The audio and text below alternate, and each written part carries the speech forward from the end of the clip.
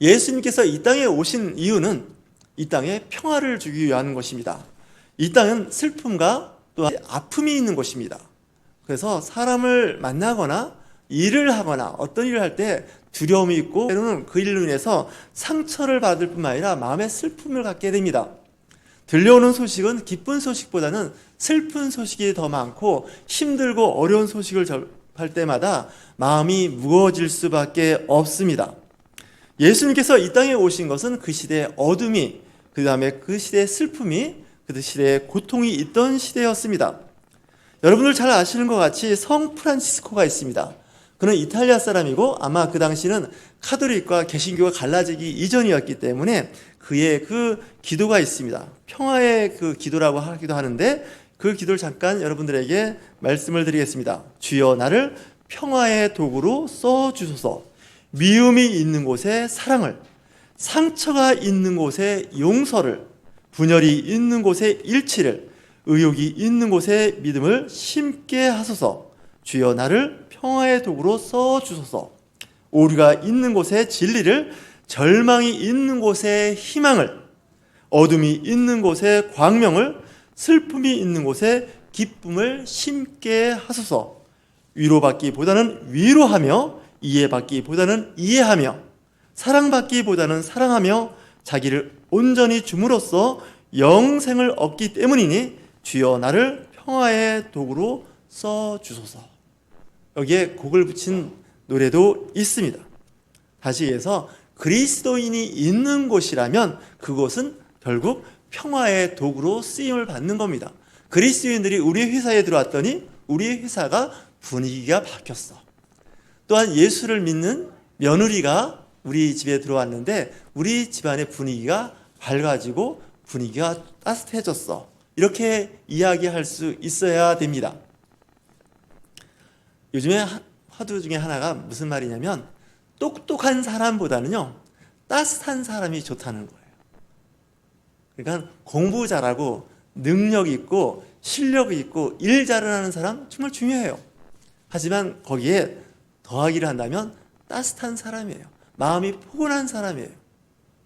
우리 그리스도인들이 마음이 따뜻했으면 좋겠다는 생각을 해봐요. 특히 겨울에는 더 그런 생각이 듭니다. 훈훈하다 그러죠. 훈훈한 분위기. 오늘 예배실에 난방을 하니까 훈훈하죠. 바깥의 날씨는 영하 10도 이하를 지금 가리키고 있지만 교회에 들어오니까 훈훈한 거예요. 표정이 밝아지고 움츠렸던 몸이 이제 긴장이 풀리면서 이제 이렇게 릴렉스가 된다는 거죠. 저는 예배 시간에 가끔 조는 분들이 있는데 뭐 존다기보다는 주무시는 분 수준인데 저는 굉장히 좋다고 생각이 들어요. 왜냐하면 편안하니까 잠이 오는 거예요. 여러분들 근심 걱정이 있으면요 밤을 새가면서 잠이 안 옵니다. 근심 걱정이 자기의 삶을 짓누르며 잠이 중간에 깨기도 하고 깨고 나서는 잠이 안 옵니다. 하나님께서 말씀하시는 것 저는 그 말씀이 참 은혜가 됩니다. 하나님께서 사랑하는 자에게 잠을 주신다는 거예요. 그래서 잠을 잔다는 것, 특히 교회 와서 잘 주무신다는 거, 조는 수준을 넘어서 저는 참 좋은 것 같아요. 저도 전에 군 훈련소에 있을 때 너무 피곤하고 지칠 때 그 주일날 예배를 이제 드리러 군 교회에 가면 그렇게 졸리더라고요. 따뜻하고 정말 노곤하니 졸리는 거예요. 말씀은 전혀 들리지 않는데 그냥 따뜻하고 졸다 나온 것밖에 기억이 안 나요. 근데 너무 좋았던 거는 그래도 교회는 좋다는 거예요. 여러분 교회는요 말씀이 선포돼서 말씀의 은혜를 받는 사람은 제가 보기엔 소수예요. 이 지혜형이 있어야 되기 때문에. 근데 교회 갔더니 그 분위기가 좋은 거예요. 그럼 그 교회는 건강한 거예요. 말씀이 제대로 선포되고 있고 찬양이 그리고 기도가 제대로 되고 있지만 그 교회에 뭔가 따뜻함이 없고 냉랭하면요 거기는 문제가 있는 겁니다. 하나님의 성령이 계신 곳은요 평화가 있습니다. 평강이 있습니다. 훈훈함이 있어요. 다정함이 있다는 거죠. 그래서 그런 모임은 잘 세워지기도 하고 또 성장하고 부흥합니다. 근데 교회입니다. 하나님 말씀이 선포되고 또한 각종 행사가 있지만 왠지 긴장이 되고 피곤하고 힘들면요 그곳에는 하나님의 성령의 임재가 없거나 약하게 역사한다는 생각이 들어요. 교회는 훈훈해야 돼요. 다정다감해야 돼요. 상대방의 잘못을 지적하기보다는 그것을 감싸주는 거죠. 용서하는 거고 그것을 품어주는 겁니다. 회사도 마찬가지예요. 직장도 학교도 실수할 수 있어요. 잘못할 수 있어요. 근데 그걸 자꾸 지적하거나 그것에 대해서 자꾸 이렇게 이야기하기 시작하면 분위기가 좀 이렇게 차가워지기 시작해요. 저는 이런 생각을 해봐요. 어느 공동체나 어느 직장이나 어느 사회나 실수를 용납하는 사회를 저는 바라요. 실수를 인정해야 돼요. 실수할 수 있는 권리도 있다고 봐요. 실수할 수 있는 그런 어떤 그 환경, 분위기를 만들어주는 그런 회사나 직장, 그리고 교회는 그 교회는 아름다운 교회예요. 근데 실수를 용서하지 않고 실수를 관용하지 못하는 그런 조직은 그 사회는 좋은 사회가 아니에요. 왜 사람들이 복지부동을 하는 줄 아시나요? 실수하면 그 실수에 대해서 책임을 묻기 때문에 사람들이 복지부동하고 아무것도 안 하려고 하는 거예요. 괜히 일했다가 잘못되면 뭐 고스톱 용어를 써서 죄송합니다. 독박 쓴다 그러지 않습니까? 그런 환경에서 아무도 일하지 않습니다. 가만히 있습니다. 능력자들조차도 가만히 있습니다. 하지만 실수하고 잘못을 수용하고 관용적으로 받아들여지면요, 그 사회는 오히려 밝을 수 있어요. 물론 그렇다고 해서 막 나가자는 건 아니에요. 어느 정도의 실수, 잘못, 그것을 인정하는 사회가 되는 거죠. 이 교회 공동체는 용서가 있는 곳이에요. 다른 어떤 곳보다도 교회는 용서하고 관용하는 곳이에요. 저는 이런 생각을 해봤어요. 교회만큼 좋은 공동체는 없습니다, 사실은. 근데 오히려 세상만도 못하는 교회가 되어버리면 이거는 교회가 아닙니다. 어두워집니다. 그리고 교회가 성령의 역사하심이 없는 거죠. 오늘 그 성 프란치스코의 기도를 잠깐 말씀을 드렸는데 아마 그때나 지금이나 사실 이런 인간의 어떤 그 본질적인 문제는 있었던 것 같습니다. 그래서 그 프란치스코가 기도에 이야기했던 것처럼 나를 평화의 도구로 써 주소서라고 이야기를 하는 겁니다. 기도하는 겁니다. 찬양을 하는 겁니다. 내가 있음으로 해서 이 조직이 좀 화평했으면 좋겠다. 내가 이 조직에 있음으로 인해서 정말 따뜻하고 훈훈한 분위기에서 지냈으면 좋겠다. 그런 사람 주변에는요, 늘 사람들이 모여요. 그리고 사람들이 늘 가까이 하고 싶어 해요. 근데 그 옆에만 가면 찬바람이 분다. 그러면 사람들은 가고 싶어 하지 않아요. 여러분들 둥지라고 아십니까? 그 알이 부화돼서 새끼가 그 안에서 성장하는 곳이 있습니다. 다시 얘기해서 그곳은 따뜻한 곳이죠.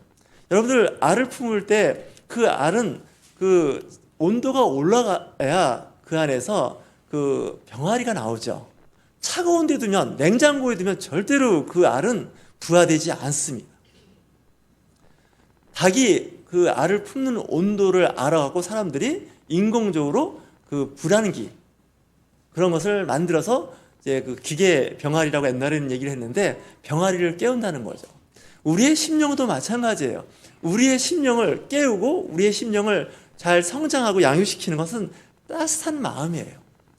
예수 그리스도의 따뜻한 마음이 없이는 사람을 변화시키지 못해요. 잘못을 지적하고 책망해서 그 사람을 변화시킬 수 있다는 거 물론 어느 정도 가능은 해요. 하지만 그 이상은 안 될 수도 있어요. 오히려 따뜻한 말 한마디, 그리고 참아주고 때로는 모르는 척하고 이렇게 넘어가는 거, 그거 굉장히 중요한 거예요. 앞에서 말씀드렸지만 예배 시간에 주무신다는 거 굉장히 좋은 거예요.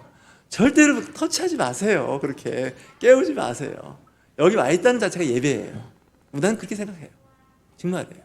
그리고 저는 그 분위기를 굉장히 중요시해요. 어떤 분위기를 중요시하냐면 우리가 지식을 전하고 말씀을 통해서 깨닫는 거 많지 않아요. 늘 얘기했지만 교회 갔더니 사람이 좋은 거예요. 그 분위기가 좋은 거예요.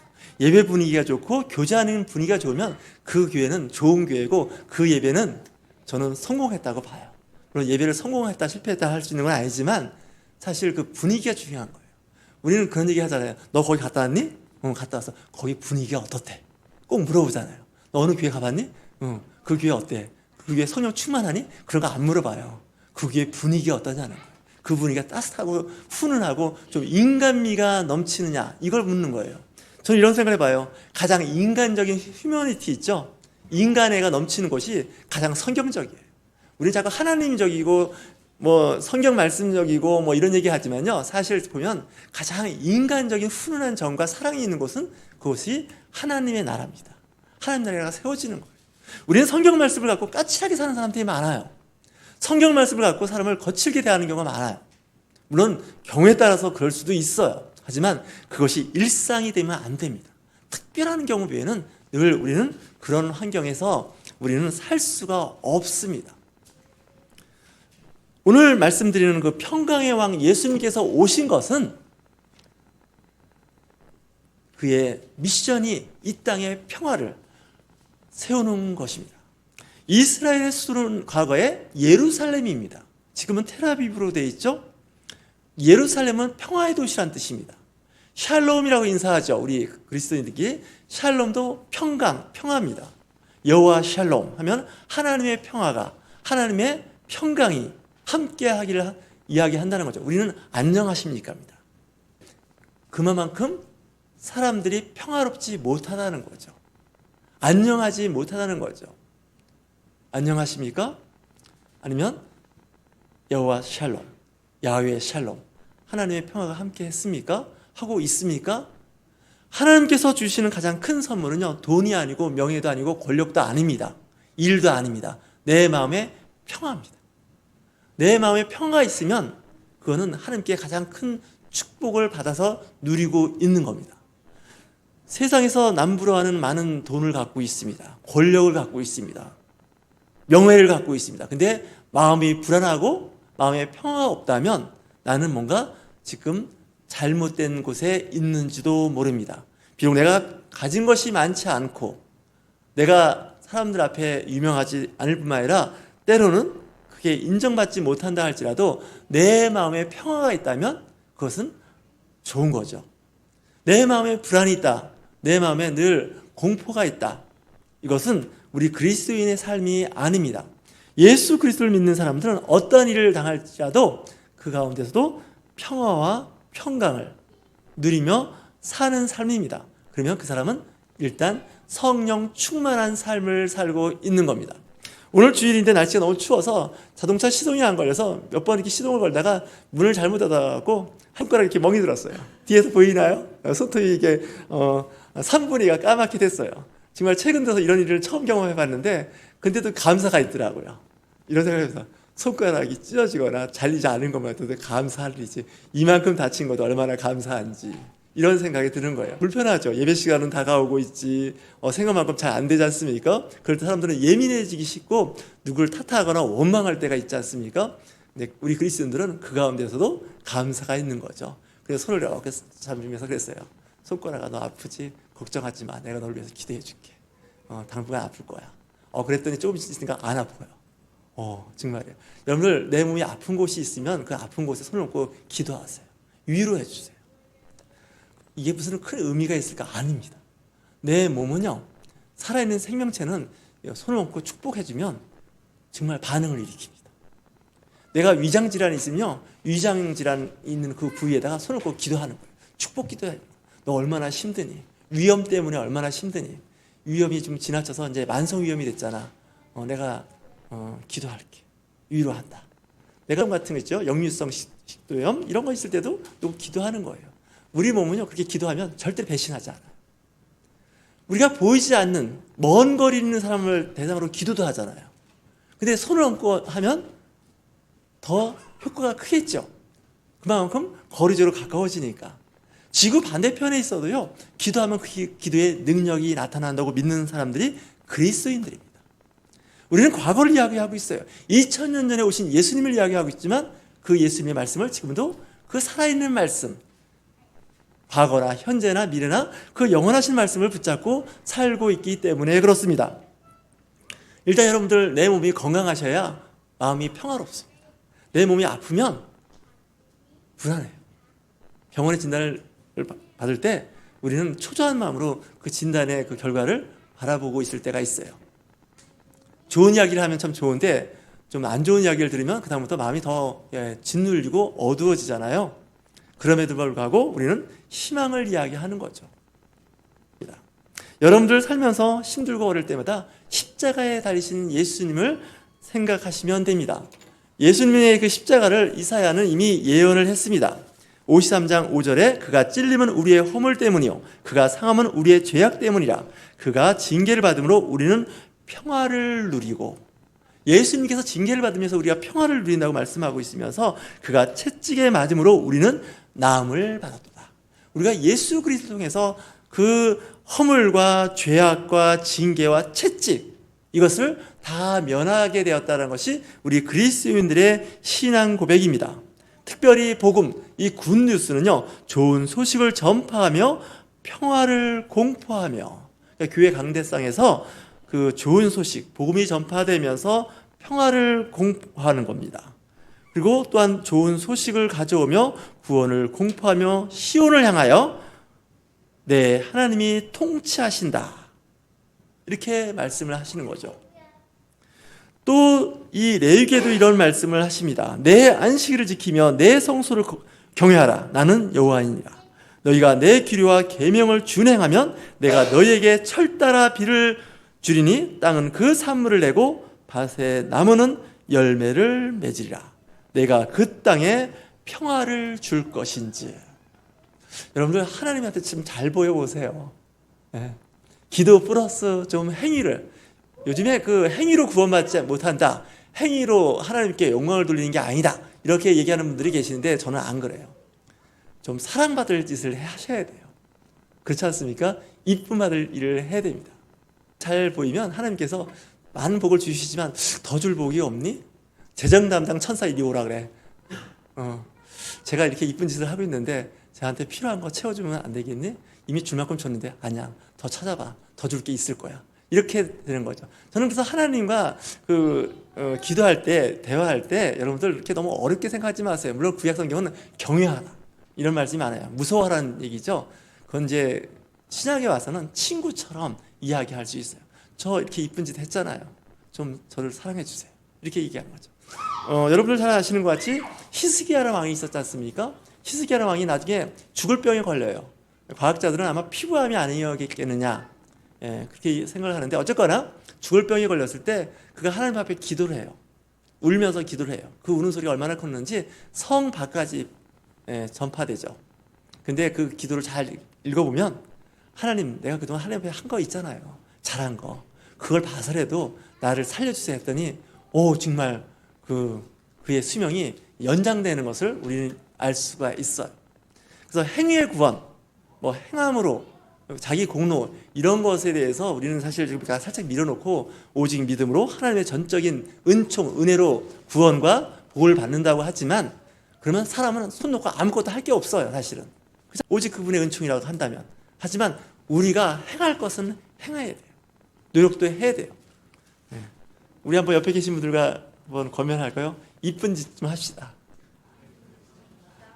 좀 구체적으로 얘기할게요. 복 받을 짓 좀 합시다. 정말 복 받을 짓 해야 돼요. 그 미움 받을 짓만 골라서 하고서 나중에 사랑받는다, 이거 아닙니다. 한 대 주박지 않으면 진짜 다행입니다. 그래서 우리는 하나님 앞에 이쁨 받을 일을 해야 된다고 생각이 들어요. 여러분 자녀를 키워보면 아시잖아요. 자녀들이 이쁜 짓 하면 정말 다 주고 싶어요.